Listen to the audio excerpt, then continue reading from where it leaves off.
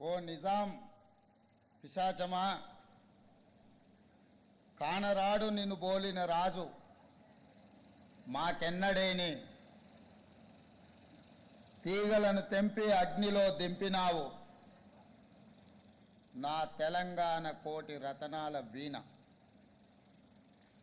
76 సంవత్సరాల క్రితం తెలంగాణ గడ్డపై రాచరికానికి, నియంతృత్వానికి, పెత్తందారితనానికి వ్యతిరేకంగా మహాకవి దాశరథి కృష్ణమాచార్య అక్షీకరించిన కవితానందం ఇది. అక్షర యోధులు ఒకవైపు, సాయుధ వీరులు మరోవైపు.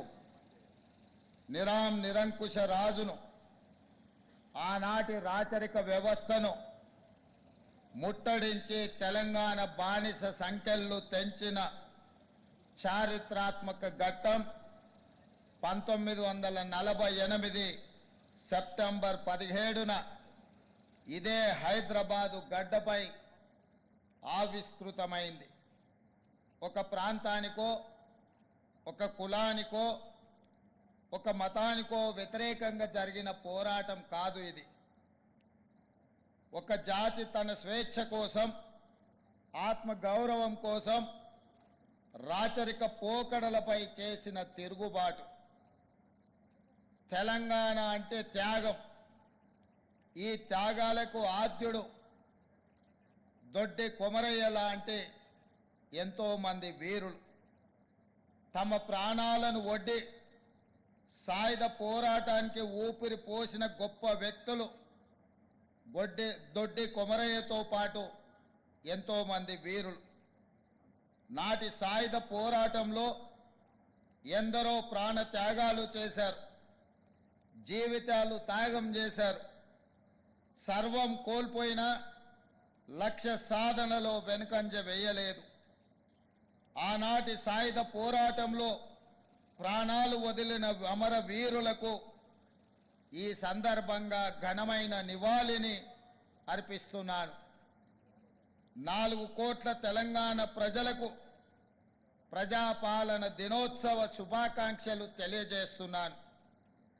సెప్టెంబర్ 17 తెలంగాణ ప్రస్థానంలో అత్యంత కీలకమైన రోజు. ఈ శుభదినాన్ని ఎలా నిర్వహించుకోవాలన్న విషయంలో ఇప్పటి వరకు భిన్న అభిప్రాయాలు ఉన్నాయి. కొందరు విలీన దినోత్సవం అని, కొందరు విమోచన దినోత్సవం అని సంబోధిస్తున్నారు.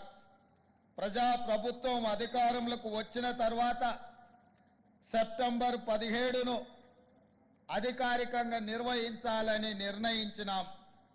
లోతైన ఆలోచన ప్రజాపాలన దినోత్సవంగా సెప్టెంబర్ 17న జరుపుకోవడం సముచితంగా ఉంటుందని మేమందరం భావించాం. సెప్టెంబర్ 17 1948 నాడు తెలంగాణ ప్రజలు నిజాం రాచరిక వ్యవస్థను కూలదోసి ప్రజాస్వామ్య